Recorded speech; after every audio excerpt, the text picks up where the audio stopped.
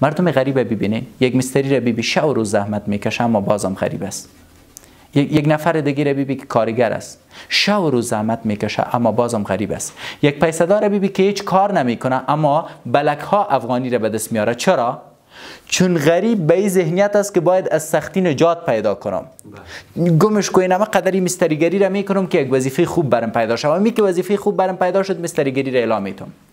پیسه‌دار به او فکر نیست. پیسه‌دار میگه هر تجارت را که دارم کل زندگی می نمیست باید به اینمی کار کنم. یک مستری اگه به این نیت کار کنه که اینمی وظیفه است و ما باید در اینمی بخش مستریگری میلیونر شوم، باور کو یک سال بعد میلیونر است. تو یک پنچرمن رو میبینی که پنچرمنی میکنه، وقتی برش میگی که بیادر چرا پیسه‌دار نمیشی، این دی وظیفه تو علاوه کسی پیسه‌دار میشه. خود پنچرمن میگه اینم که برای خود یک روز یک 3 وقت نانم پیدا میکنم باید شکر بکشم. وقتی تو خودت به باور هستی وظیفه را که صبح تا شام دایش هستی تو را پیسه‌دار نمیسازه، حتی 3 وقت نانتون به زحمت دایش به دست میاری، خیلی چی بد میکنی که کار میکنی.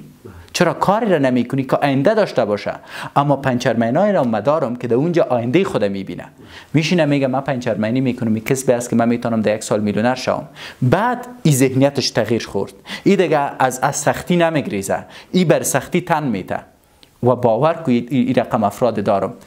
6 ماه بعدش از علی بابا یک 3 رقم ماشین ای فرمایش میته که یک ماشینی است که اینمی وقتی تایر پنچر میشه اتومات پنچریش میگیره، یک ماشینی است که اتومات هوا میته و یک ماشینی است که لیبلینگ میکنه و این آدم مبدل میشه در جلال آباد به بهترین پنچرمن. و حالا که میریم 8 دکان داره، خودش 6 تا چای زده، رئیس مرا میگه نگفته بودم من میلیونر میشم.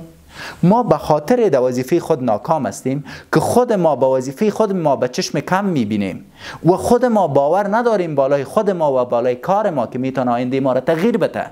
پس خیلی چرا انجامش میدین؟